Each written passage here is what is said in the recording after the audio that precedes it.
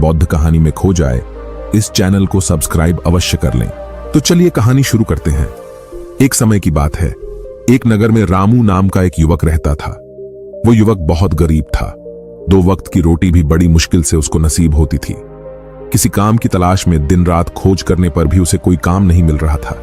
फिर एक दिन उसने अपनी पत्नी के सामने आकर अपनी सारी समस्या बता दी। उसने अपनी पत्नी को कहा कि मैं जिस जगह भी काम मांगने के लिए जाता हूं तो हर कोई मुझे यह कहकर काम नहीं देता कि हमारे यहां काम की जरूरत नहीं है। मैं काम की तलाश करते करते थक चुका हूं। मुझे समझ नहीं आता कि मैं तुम लोगों का पेट कैसे भरूंगा और अपने बच्चों को कैसे पालूंगा, और ये चिंता मुझे दिन रात खाए जा रही है। यह सुनकर उसकी पत्नी ने कुछ सोच विचार करके कहा कि तुम एक आदमी के पास एक बार ही काम मांगने के लिए जाते हो, और जब वो काम नहीं देता तो तुम 2 बार उसके पास काम मांगने जाते तक नहीं हो। अगर तुम्हें उनसे काम लेना है तो तुम्हें हमदर्दी जतानी होगी, तुम्हें उनसे हमदर्दी हासिल करनी होगी, अपनी गरीबी दिखानी होगी, ताकि वो लोग तुम्हारी मजबूरी समझकर तुम्हें काम पर रख लें। इसीलिए शर्म मत करो, उन्हें अपनी मजबूरी बताओ, अपनी गरीबी बताओ, और इसी उपाय से तुम काम पा सकते हो।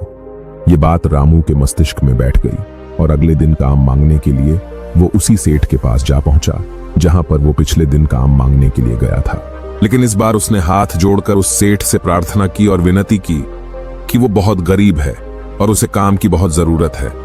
वो जो कुछ भी उसे देंगे उसमें संतुष्ट हो जाएगा, पर कृपा करके मुझे अपने यहां काम पर रख लें। उसकी ये हालत देखकर उस सेठ ने उसे अपने यहां काम करने के लिए रख लिया। वो रोज सेठ के यहां काम करने जाने लगा। अंदर ही अंदर वो खुश तो था कि उसे काम तो मिला, लेकिन उसे वेतन दूसरे लोगों से कम मिलता था। वही काम जो दूसरे लोग कर रहे थे उन्हें ज्यादा पैसा मिल रहा था और इसे कम पैसा मिल रहा था। जब इस बारे में उसने अपने सेठ से कहा तो सेठ ने कहा कि देखो भाई, तुम्हें काम की जरूरत थी, मैंने तुम्हें काम दिया, मेरा धन्यवाद करने की बजाय तुम मुझसे शिकायत कर रहे हो। यह सुनकर रामू वहीं पर चुप हो गया। बात कहीं ना कहीं सत्य थी। सेठ ने तो उसे उसकी मजबूरी के हिसाब से ही काम दिया था और इसीलिए वो उसे अपने अनुसार ही वेतन देता था। लेकिन धीरे धीरे उसने ये बात अपने सगे संबंधियों और अपने दोस्तों को भी बताना शुरू कर दी कि उसका सेठ कैसा आदमी है और उसे कितना वेतन देता है। समय निकलता रहा और रामू पूरी लगन के साथ अपना काम करता रहा, लेकिन अब परिस्थितियां बदलने लगी थी। सेठ अब रामू से दूसरे लोगों से ज्यादा काम लेता था और उसे कम वेतन देता था। ये बात रामू के मन को बहुत खलती थी कि वो दूसरों से ज्यादा मेहनत कर रहा है और उनसे कम वेतन पा रहा है। इससे उसके आत्मसम्मान को बहुत गहरी चोट पहुंची। अब धीरे धीरे उसका मन अपने काम से हटने लगा। उसका मन काम में लगता ही नहीं था। जाहिर सी बात है कि ऐसी जगह किसका मन लगेगा जहां आदमी को अपने आत्मसम्मान के साथ समझौता करना पड़े। इसीलिए जल्द ही उसने अपना काम छोड़ दिया और वो घर पर आकर खाली बैठ गया। अब उसके पास घर का खर्चा चलाने के लिए भी पैसे नहीं बचे थे। इसीलिए उसने अपने सगे संबंधियों और अपने दोस्तों से सहायता मांगना शुरू किया। लेकिन उसके दोस्त उसके सामने तो उसे दया का पात्र समझते थे, उसे झूठा दिलासा देते थे, लेकिन पीछे से उसका मजाक उड़ाते थे। वो कहते हैं कि रामू कितना बेवकूफ है, सेठ ने रामू से इतना काम लिया और बेचारे को पैसे भी नहीं दिए। अरे हम इसको पैसे दे दे तो ये कल हमारा भी पैसा वापस कर पाएगा। इसके ऐसे हालात है, काम तो इसके पास कुछ है नहीं, पैसा कहां से लाके देगा। और इसी वजह से रामू की हालात दिन ब दिन खराब होते जा रहे थे। अब वो दिन रात तनाव में रहने लगा था। वही उसके दोस्त, वही सगे संबंधी जो उसके अपने होने का दिखावा कर देते, वो उसे दया का पात्र समझ रहे थे। उन्हें उसके ऊपर तरस आ रहा था। सब लोग आकर उसे ज्ञान तो बहुत देते थे, लेकिन कोई सहायता नहीं करता था। और अक्सर ऐसा ही होता है, ज्ञान देने वाले तो बहुत मिल जाते हैं, लेकिन मदद करने वाले, हाथ पकड़कर, उंगली पकड़कर आगे चलाने वाले कितने लोग मिलते हैं। एक दिन रामू को पता चला कि पड़ोस के गांव में एक बौद्ध भिक्षु आया हुआ है जो बहुत ही ज्ञानी है। रामू इतनी परेशानी में था कि उसे कोई रास्ता नजर ही नहीं आ रहा था। इसीलिए जाने या अनजाने वो उस बौद्ध भिक्षु के पास पहुंच जाता है। वहां पहुंचकर वो सीधे बौद्ध भिक्षु के पैरों में गिरकर रोने लग जाता है। वो रोते रोते उन्हें अपनी सारी परेशानी बताता है। उसे बताता है कि किस तरह उसके सेठ ने उसका फायदा उठाया और उसके सगे संबंधी उसके साथ कैसा व्यवहार रखते हैं। सारी बातें सुनकर बौद्ध भिक्षु ने उसे शांत कराते हुए कहा कि बेटा, ये सारी समस्याएं तुम्हारी बुद्धिहीनता, तुम्हारी मूर्खता के कारण उत्पन्न हुई है। अगर तुम्हारे अंदर विवेक होता तो इनमें से एक भी समस्या तुम्हारे मन को दुखी नहीं कर सकती थी, लेकिन तुमने अपने अविवेक के कारण अपनी मूर्खता के कारण खुद ही अपने रास्ते में कांटे बिछा दिए और खुद ही के लिए समस्या खड़ी कर दी। आज मैं तुम्हें ऐसी 7 बातें बता रहा हूं जो भूलकर भी किसी को मत बताना, और इन बातों का अनुसरण करते हुए तुम बाहर से मिलने वाले दुखों को दूर कर सकते हो जो बेवजह दुनिया की वजह से तुम्हारे अंदर पनपते हैं। पहली बात जो किसी को नहीं बतानी चाहिए वो है अपनी मजबूरी। अपनी मजबूरी का दिखावा करके दूसरों का दया पात्र बन के उनकी सहायता लेने की गलती कभी मत करना। हो सकता है कि आज वो तुम्हारी मजबूरी देखकर तुम्हारी सहायता कर दें, लेकिन कल वो तुम्हारा फायदा उठाने से भी नहीं चुकेगा, और अगर फायदा भी नहीं उठाया तो दूसरों के सामने तुम्हारा मजाक बनाने में वो आदमी कभी नहीं चुकेगा। इसीलिए कभी भी अपनी मजबूरी का दिखावा मत करो और अपने दुख सुख किसी को मत बताओ। अगर घर में 2 सूखी रोटी है तो वही खाकर सो जाओ, लेकिन दूसरों को इसके बारे में मत बताओ। जरा आप खुद सोचो कि मजबूरी बताने का क्या मतलब होता है। एक इंसान का या तो वह दूसरों से सहानुभूति हासिल करना चाहता है या उनसे कोई आर्थिक मदद चाहता है, लेकिन अगर दोनों ही परिस्थितियां आप देखें तो दूसरा आदमी आपका फायदा उठाने से नहीं चूकेगा, और अगर वो फायदा नहीं भी उठाएगा तो अपनी नजर में तो वो आपको मूर्ख ही समझेगा, बेवकूफ समझेगा, और दूसरों के सामने आपका मजाक तो जरूर बनाएगा। इसीलिए अपनी मजबूरी के बारे में कभी किसी को मत बताना। दूसरी बात जो किसी को नहीं बतानी चाहिए वो है अपने घर की बातें। जो भी हमारे घर के अंदर आपस में बातचीत होती है, हमारे माँ बाप के साथ, हमारे बच्चों के साथ, हमारी पत्नी के साथ, वो बातें परिवार तक ही सीमित रहनी चाहिए। अगर आप इन बातों का दूसरों के सामने ढिंढोरा पीटते हो तो दूसरों को आपके घर में घुसने का एक मौका मिल जाता है, और वह इसका फायदा उठाने से कभी नहीं चूकेंगे। वो आपके परिवार के सदस्यों को आपसे दूर ले जाने की कोशिश करेंगे। अक्सर ऐसा होता है, हम समाज में देखते हैं कि हम अपने घर के झगड़ों को कम करने के लिए उन झगड़ों को अपने पड़ोसियों और दूसरे सगे संबंधियों को बता देते हैं, लेकिन इससे आपको सहायता कभी नहीं मिली होगी, बल्कि आपके घर के लड़ाई झगड़े और ज्यादा बढ़ गए होंगे, और वो जाहिर है वो लड़ाई झगड़े बढ़ेंगे। अगर आप अपने माँ बाप की बात दूसरों को बताएंगे तो आपके माँ बाप को बुरा लगेगा ही कि हमारा बेटा हमसे बताए बगैर दूसरों को ये बातें बता रहा है।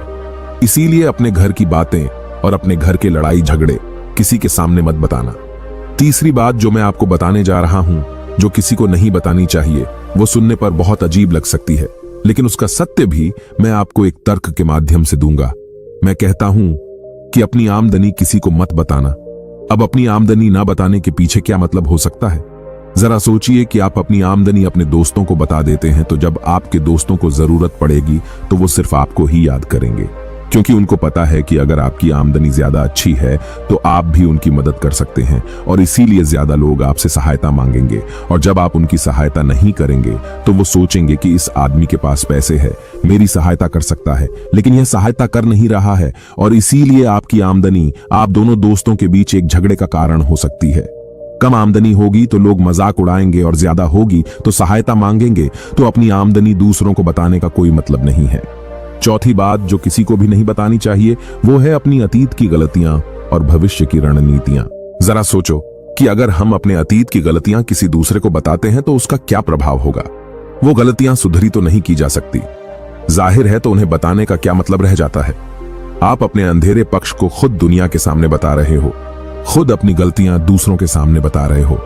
इससे उस आदमी की नजर में आपका एक चरित्र गठित हो जाएगा, और वो भविष्य में हमेशा आपको उसी नजरिए से देखेगा। इसीलिए किसी भी आदमी की नजर में अपना चरित्र गठित मत होने दो, और जरा सोचो कि आप व्यर्थ में ही अपने भविष्य की रणनीतियां दूसरों के सामने बता रहे हो।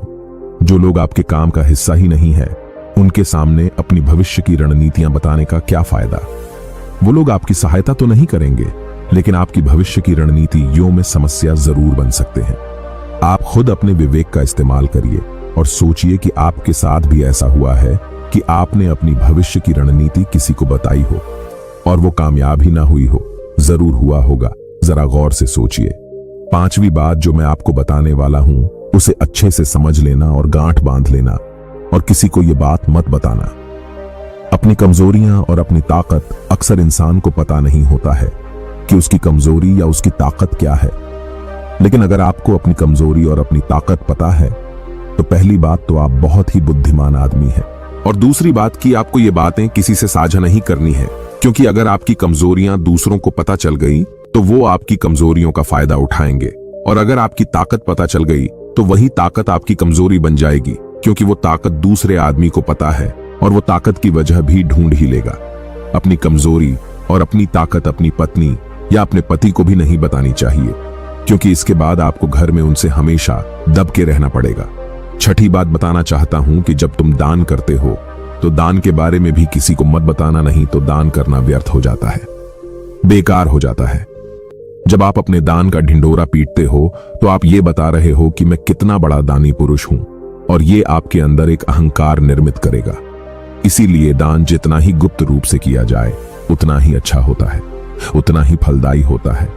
जब आपका बायां हाथ दान कर रहा हो तो दाएं हाथ को बिना पता चले कि बायां हाथ दान कर रहा है।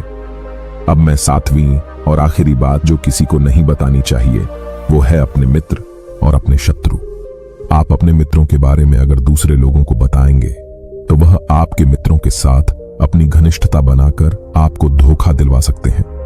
आपके पक्के मित्रों को आपसे दूर करने की कोशिश कर सकते हैं। अक्सर आम आदमी ऐसा नहीं करता, लेकिन आपके दुश्मन ऐसा करने की कोशिश कर सकते हैं। और दूसरी तरफ आपके शत्रु का भी किसी को नहीं पता लगना चाहिए, क्योंकि आज जो आपका मित्र है अगर कल वो आपका दुश्मन हो गया तो वो आपके दुश्मन के साथ ही मिलकर आपको परास्त कर सकता है, आपको धोखा दे सकता है। इसीलिए अपने सबसे अच्छे दोस्तों को भी अपने दुश्मन के बारे में कभी मत बताना।